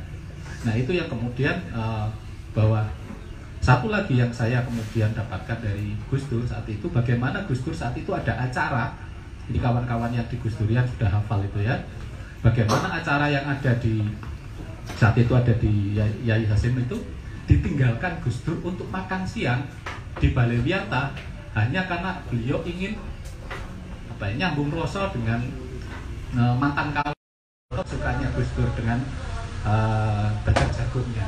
Itu yang kemudian bahkan ditinggalkan yang namanya pengawalan presiden, bahkan kemudian setelah makan baru kemudian datang pas pampres dan sebagainya, dan akhirnya kami tersebar di dalam, nggak bisa ngapa-ngapain, nggak bisa keluar karena ada protokoler yang harus dilakukan. Nah itu gerakan, katakanlah bagaimana Gus Dur itu melakukan bukan hanya melindungi, tapi dia kemudian tetap menjaga relasinya dengan kawan-kawannya, bahkan kemudian dengan penerus-penerus dari tokoh-tokoh sebelumnya untuk menghidupi aktivitas gerakan. Dan kemudian itu di situ munculnya SIKI, studi intensif Kristen dan Islam, yang di GKJW, digawangi oleh GKJW dengan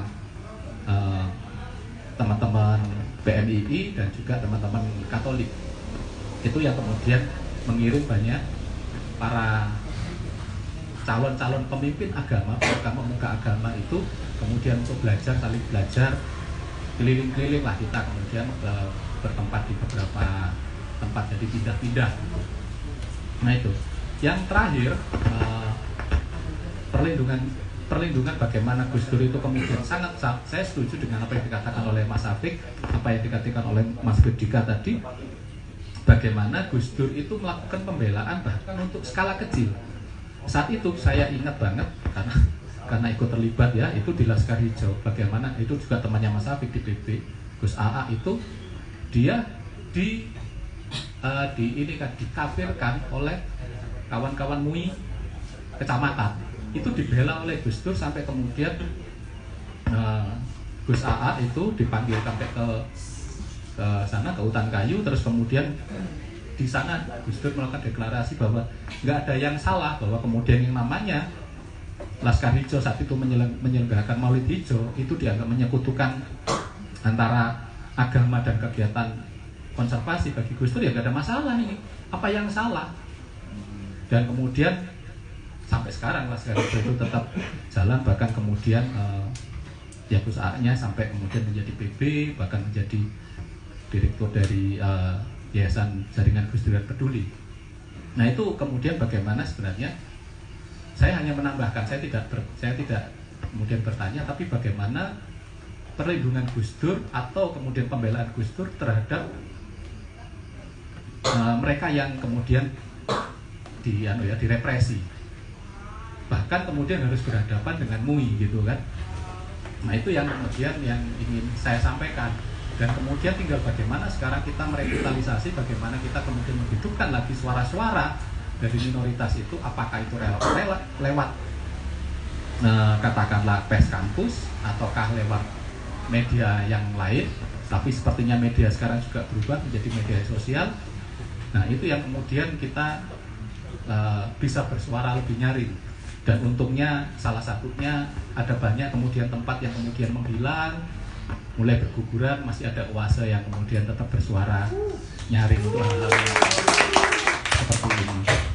Nah itu yang ingin saya sampaikan, dan saya mengapresiasi oase Bubuk Tulis kemudian bisa menyelenggarakan kegiatan yang kemudian tetap menjadikan kita itu kritis, berpikir kritis. Dan ini yang kemudian saya harapkan dari kawan-kawan itu semuanya yang ada di sini kita tetap berpikir kritis, kita tetap kemudian menyuarakan dari suara-suara mereka yang katakanlah terrepresi atau mereka yang termarginalkan. Itu aja sih. Terima kasih untuk kehadiran dari Yai Syafiq, jadi kan gak enak ya dipanggil Yai Syafiq. Kalau saya tadi sudah ngomong sama Mas Najib ini, Pak Yai kok gak punya ini. Itu yang kemudian bisa apresiasi juga untuk Mas Wedika yang juga kemudian untuk hadir lagi kembali di sini untuk menyuarakan bahwa kemudian legasi dari Gus Dur itu adalah bagaimana melakukan pembelaan terhadap suara-suara yang terbuka, suara-suara yang termarginalkan. Itu yang penting, dan kemudian bagaimana kita sekarang merevitalisasi semangat perjuangan Gus Dur itu tetap menyuarakan, walaupun mungkin suara kita itu kecil, suara kita mungkin tidak didengarkan, tapi paling tidak kita tetap berisik. Itu yang jadi penting. Terima kasih untuk waktunya. Ya, saya kembalikan kepada Mbak Moderator. Baik, luar biasa sekali. Oke, untuk pertanyaan saya kasih 2 saja karena waktunya terbatas, teman-teman. Silahkan.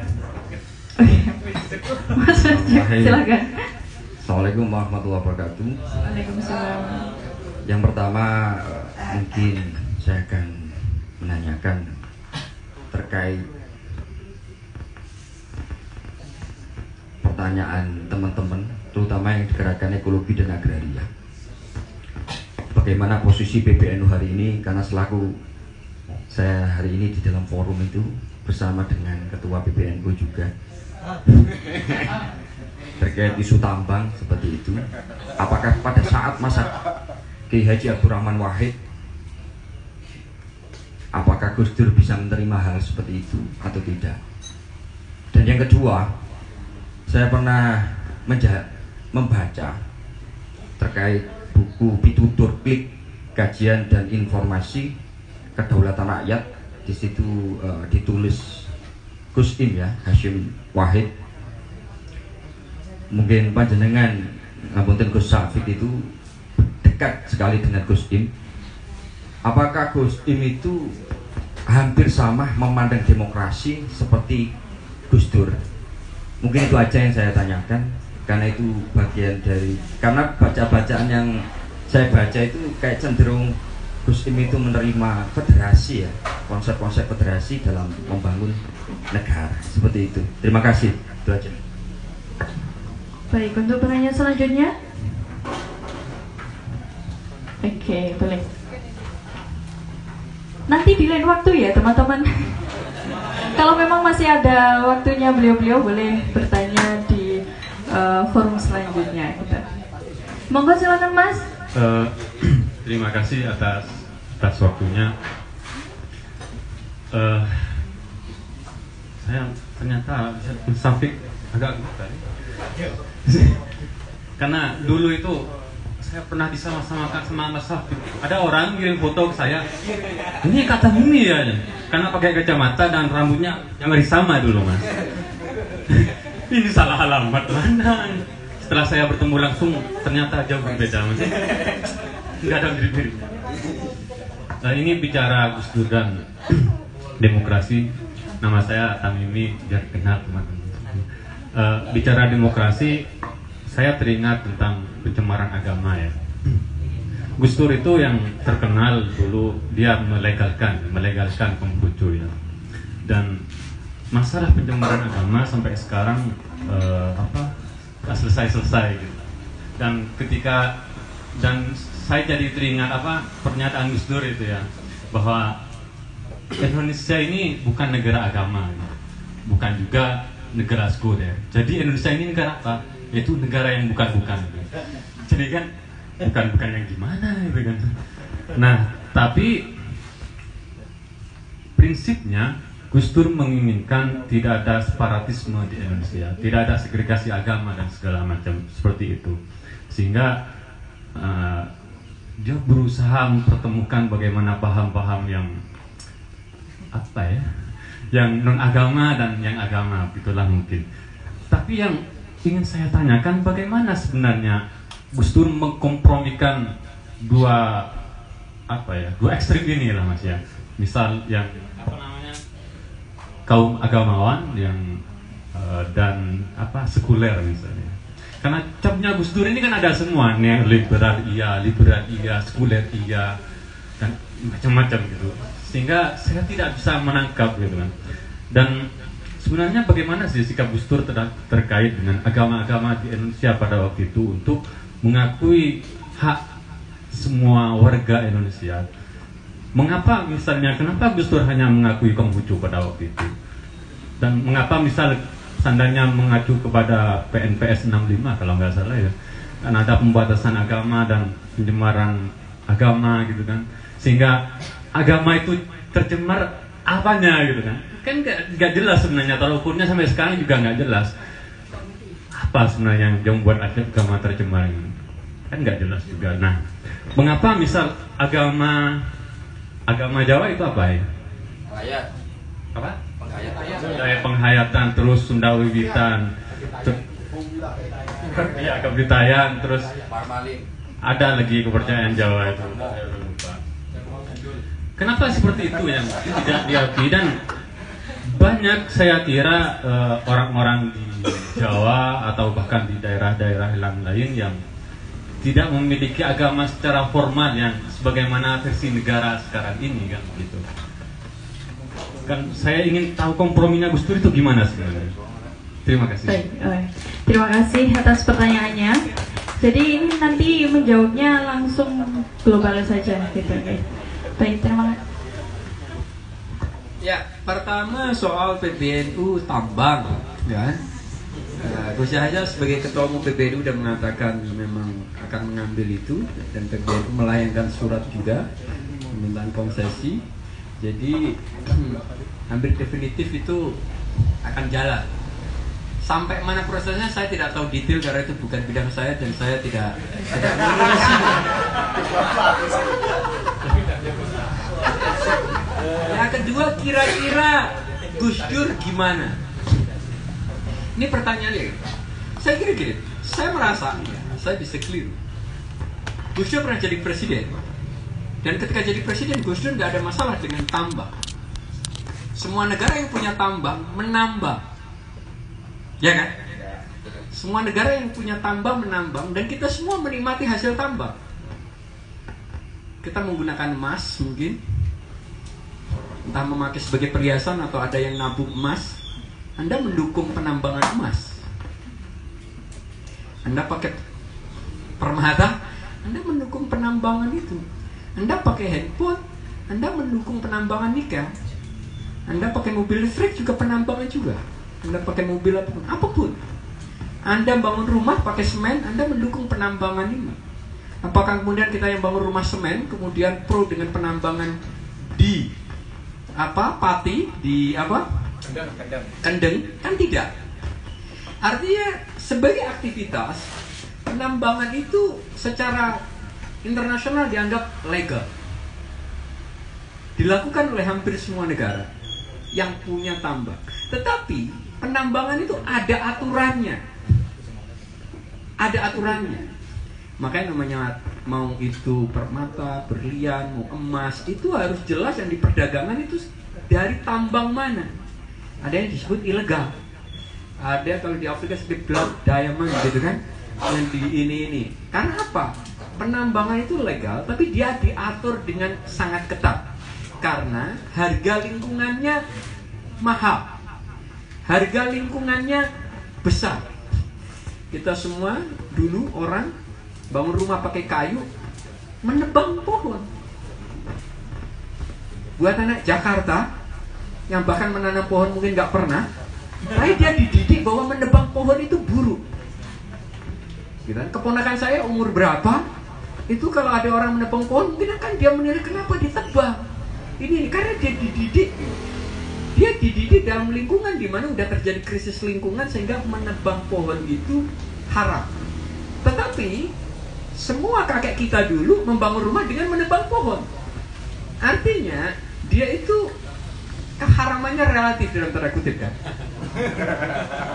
Semen juga sama, bukan mutlak. Ketika situasi bencana ekologis itu udah sedemikian parah, mestinya penambangan itu diatur dengan jauh lebih ketat di situ. Itu konteks ya. Saya merasa bahwa dalam konteks karena Gus Dur menjadi presiden, secara umum Gus Dur mungkin akan terima, gitu. Gus Dur akan terima. Tetapi dalam konteks sebagai NU, saya tidak tahu. Ya, NU punya prinsip Darul Mafasid Muqaddamun, gitu kan? Gitu. Penambangan itu dianggap udah lebih-lebih, ya kan? Penambangan itu dianggap udah lebih-lebih, bukan kurang, gitu kan? Artinya bahwa pabrik itu menambang melebihi kebutuhan manusia hari ini. Dia ditambang terus karena dia ditumpuk menjadi kekayaan untuk kepentingan jangka panjang, bukan kepentingan saat ini. Kakek-kakek kita menebang pohon untuk kepentingan bangun rumah saat itu. Rumahnya udah jadi, dia nggak nebang lagi karena belum ada kapitalisme. Kapitalisme pohon diubah menjadi angka-angka di rekening bank, ya kan?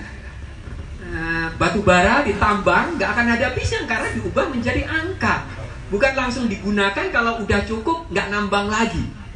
Sementara dengan globalisasi yang semua komoditas bisa dijual secara internasional, artinya berapapun besar kamu punya hutan dan punya tambang, itu bisa dikeruk nyampe apapun karena bisa dijual ke seluruh dunia. Kita menambang nikel untuk dijual ke Cina, bukan untuk diproses jadi baterai di negara sendiri. Walaupun Jokowi ngomong hilirisasi bla bla bla bla, sebagian besar nikel kita lari ke Cina. Artinya dengan kondisi seperti ini, di situ eksploitasi itu bisa tidak berujung. Artinya kan mafsadahnya di depan mata. Nah, dalam konteks NU yang punya prinsip Darul Mafasid Muqaddamun, semestinya NU mungkin tidak mengambil itu. Gitu. Semestinya NU tidak mengambil itu. Kita nggak diskusi bahwa kemaslahatannya dibutuhkan.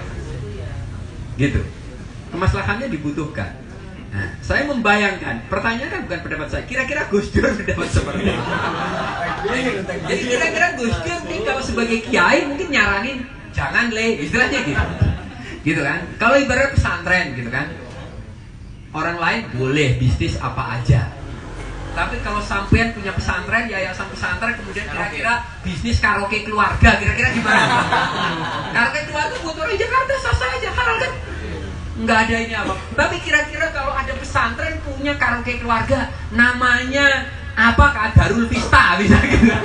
Kira-kira gimana kira-kira? Kan rasanya itu gimana gitu kan? Artinya itu lebih dari soal baru soal rasa, baru soal etik, baru kalau dikaitkan dengan prinsip-prinsip qaidul fikih. Misalnya kalau kita mau pilih. Jadi saya membayangkan walaupun Gus Dur tidak mengharamkan sebagai beda, tetapi ada sektor-sektor yang sebaiknya tidak kita masuki karena kita keluarga pesantren, karena kita organisasi keagamaan, karena kita apa? Itu menurut saya.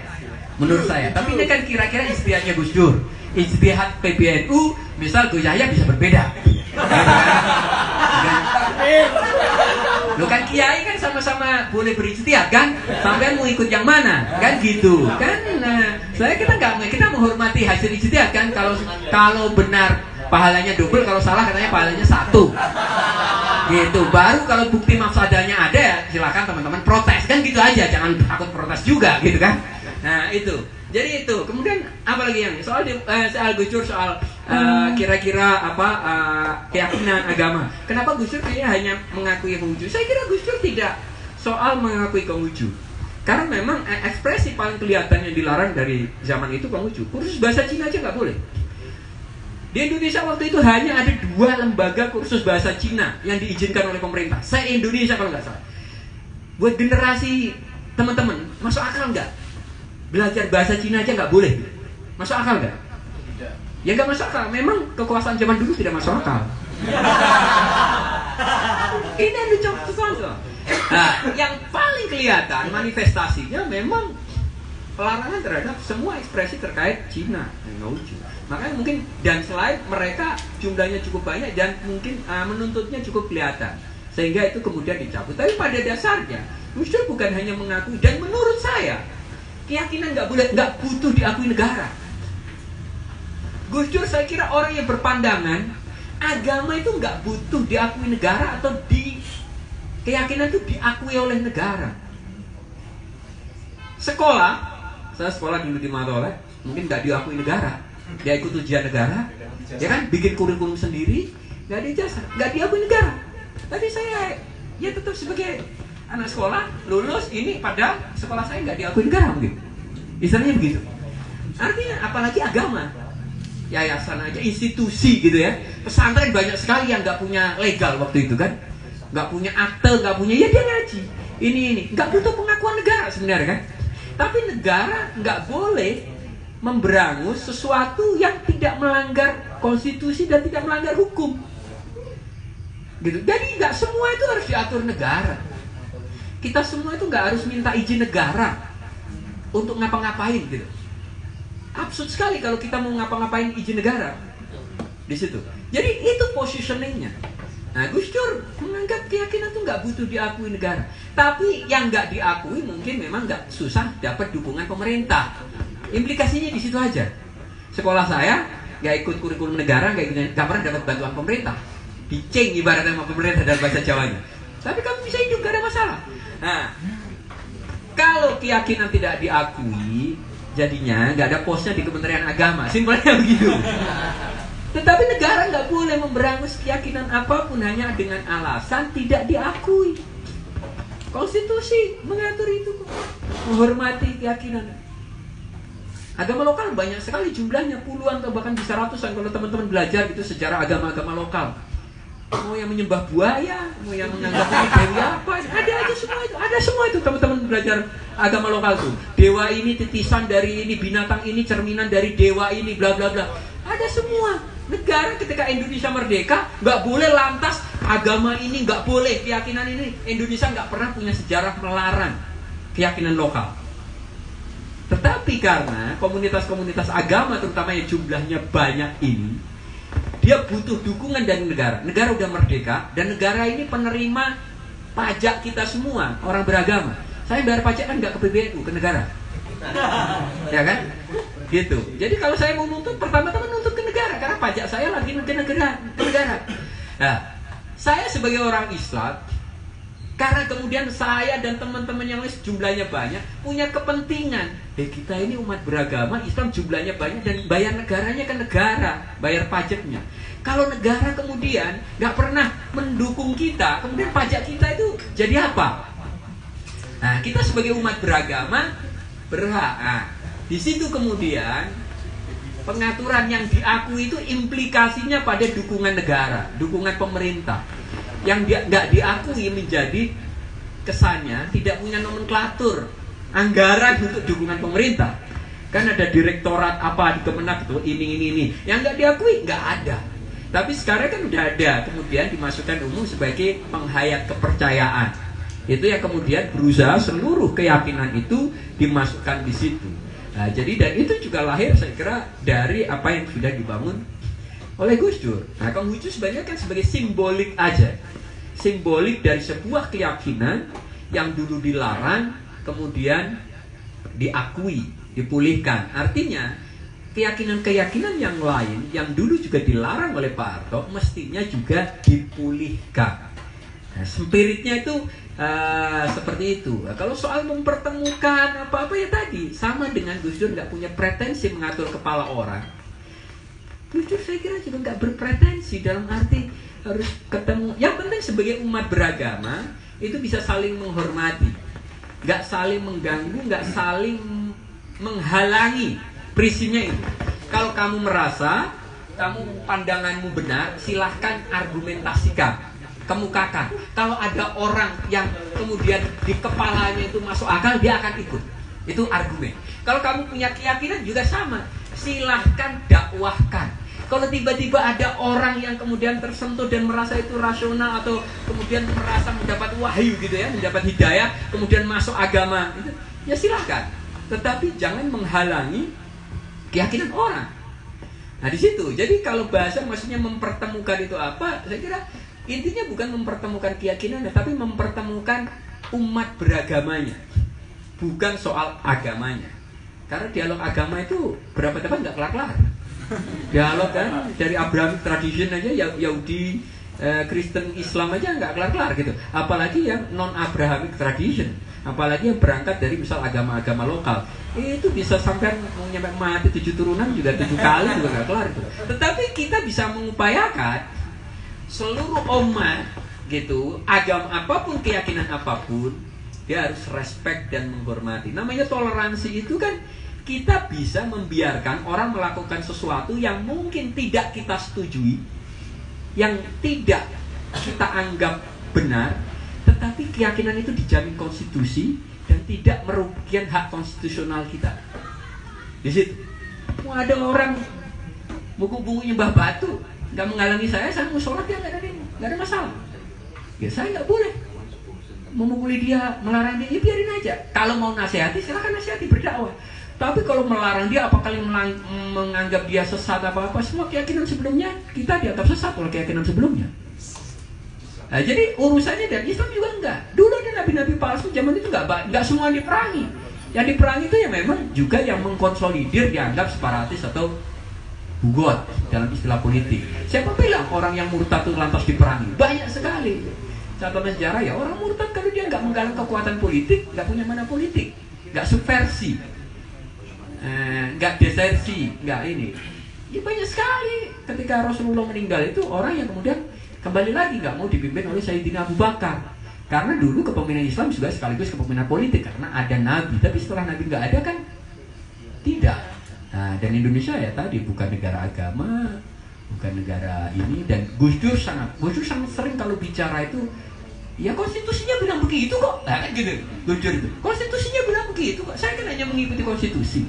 Artinya kita bernegara itu ada kontrak social kontrak, political kontrak. Konstitusi itu tertinggi. Kalau kita udah menyepakati itu, ya kita menghormati itu. Kalau kita mau mengubah konstitusi, ya lewat parlemen, kan gitu. Tapi kalau konstitusinya seperti itu ini.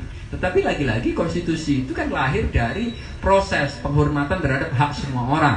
Makanya tadi misal populisme. Di luar urusan demokrasi ada penghormatan terhadap hukum. Nah, hukum itu disalikan dari penghormatan atas kemanusiaan. Makanya kemudian ada hukum-hukum yang dianggap unjustified gitu, karena dia melanggar hak kemanusiaan. Pada abad-abad dulu banyak sekali hukum-hukum yang melanggar ibaratnya prinsip-prinsip kemanusiaan atau rasa kemanusiaan manusia zaman ini. Kalau zaman dulu mungkin dianggap nggak menganggap. Zaman dulu itu di luar kelompok, di luar suku, di luar apa. Ya kalau bunuh orang di luar suku itu ya nggak kesalahan. Semangatnya tribal kalau kita belajar sejarah-sejarah itu.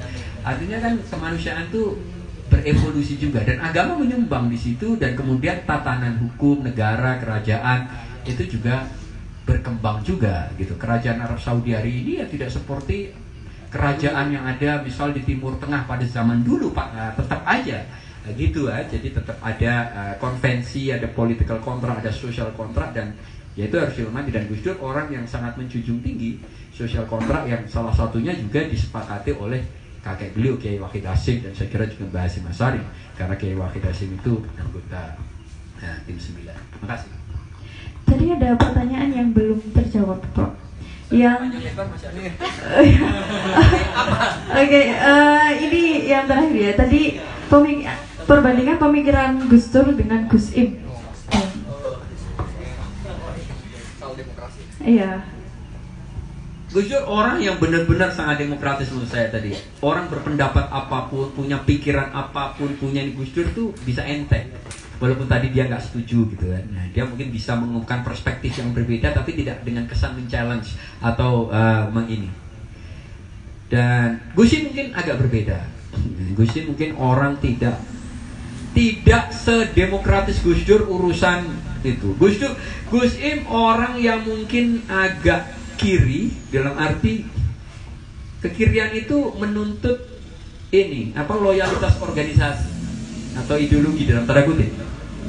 Nah, loyalitas organisasi atau pergerakan prinsip-prinsip itu seringkali membuat orang itu harus mengorbankan pikiran pribadinya atas nama, misal dulu dikenal dengan sentralisme demokratis gitu ya. Jadi pada realnya dia mengakui otoritas yang dia ini. Nah, Gus Im juga orang yang bisa gitu ya, mungkin bisa menerima gitu memang. Ibaratnya berpendapat itu dalam konteks relatif diatur di situ, untuk diatur secara relatif gitu, tanpa harus melanggar dianggap prinsip kemanusiaan, tapi demokrasi dalam arti ini. Nah, Gus Dur kan berbeda di sisi itu, itu sangat berbeda. Gus Dur juga orang yang memang Gus Dur itu orang yang benar-benar sangat terbuka. Gus Dur orang yang benar. Gus Dur orang yang mungkin lebih underground, namanya orang lebih underground, orang lebih gerakan, lebih ada banyak sekali hal, lebih nahan omongan. Kalau Gus Dur omongan keceplas-plos. Ceplos-ceplos. Tetapi saya kira ya spiritnya kurang lebih sama. Orang kayak Gus Dur seperti Gus Im juga punya kesadaran geopolitik yang sangat kuat. Di balik omongan-omongannya, di balik pergaulannya yang kesannya itu sama siapa aja gitu ya, oke, berhubungan. Tapi ya Gus Dur saya kira sama seperti Gus Im punya kesadaran bahwa dalam relasi antar negara itu ya orang bisa kerjasama tapi juga saling mengakali dalam tanda kutip. Negara punya kecenderungan untuk mementingkan kepentingan negaranya masing-masing. Gak ada negara yang persoalannya mementingkan kepentingan negara orang.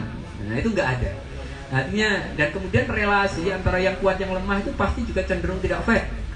Nah, makanya dalam konteks geopolitik, geoekonomi selalu Gus Dur termasuk orang yang sangat kritis dulu nyampe kesannya Forum Pasifik Barat gitu-gitu kan. Itu kan sebagai sebuah exercise saja untuk mengembangkan gagasan lain, walaupun kemudian belakangan muncul BRICS dan sekarang Indonesia di bawah Prabowo memutuskan untuk bergabung dengan BRICS. Jumlahnya udah banyak, jadi udah nggak BRICS lagi pada dasarnya. Nah, Gus Dur orang yang punya kesadaran geopolitik seperti itu, dan saya kira ya itu pengaruh Gus Im juga. Gus Im mungkin membaca buku tentang geopolitik lebih banyak daripada Gus Dur. Dan waktunya Gus Im membaca juga lebih banyak daripada Gus Dur. Karena Gus Dur tahun berapa dia udah punya gangguan penglihatan, dan Gus Im masih bisa membaca buku tebal-tebal dengan sangat intens. Jadi itu, tapi ya sangat-sangat berbeda dua orang ini ya, karena yang satu orang yang sangat terbuka berhubungan dengan siapa aja, yang satu orang yang cenderung tertutup, bukan cenderung mungkin sangat tertutup. Ya, banyak orang yang bisa ketemu sama Gus Im, gak banyak orang yang bisa mau ngajak ngobrol gitu ya. Walaupun dia orang yang sangat aktif, selalu ya datang ke acara-acara gini kadang-kadang. Kalau zaman dulu ibarat Gus Im tuh ada di bawah atau di mana, nah, gitu itu selalu ada, tetapi dia nggak pernah tampil dan memang juga nggak nulis, itu kesulitan. Gus Im sangat sedikit tulisannya, dia lebih banyak brainstorming, ibarat lebih Sokratik gitu. Sokrates itu kan nggak punya karya ya. Jadi orang kenal Sokrates karena tulisan para murid-muridnya pada dasarnya. Jadi orang dia berpretensi menjadi bidan yang membantu orang-orang berpikir, mengeluarkan pikirannya. Itu kan Sokrates ya. Gus Im mungkin lebih seperti Sokrates kepada Gus Dur yang lebih sofis gitu, karena menulis setiap saat dan kolomnya banyak sekali. Baik, luar biasa sekali. Tepuk tangan teman-teman untuk materi kita pada malam hari ini. Alhamdulillah kegiatan kita sudah selesai. Kita di Oase Cafe dan Literasi ini teman-teman ada bukunya Mas Firdika, Menjerat Gus Dur, dengan diskon 15% dengan gratis TTD hari ini. Jadi teman-teman yang mau membeli dan memang belum punya, silahkan menghubungi mas-mas yang berbaju kuning yang paling beda, jadi udah dilihat ya. Jadi langsung hubungi beliau, langsung di-keep dan langsung check out gitu. Oke. Dapat tanda tangan, sudah dapat tanda tangan gitu.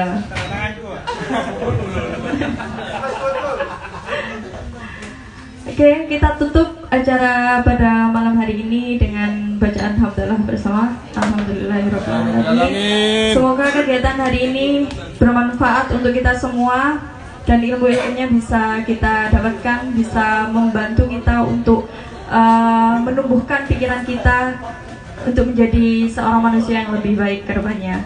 Amin. Ya Rabbal Alamin. Kurang lebihnya saya mohon maaf. Saya selaku moderator di sini. Terima kasih atas waktu dan perhatiannya. Wassalamualaikum warahmatullahi wabarakatuh. Waalaikumsalam warahmatullahi wabarakatuh.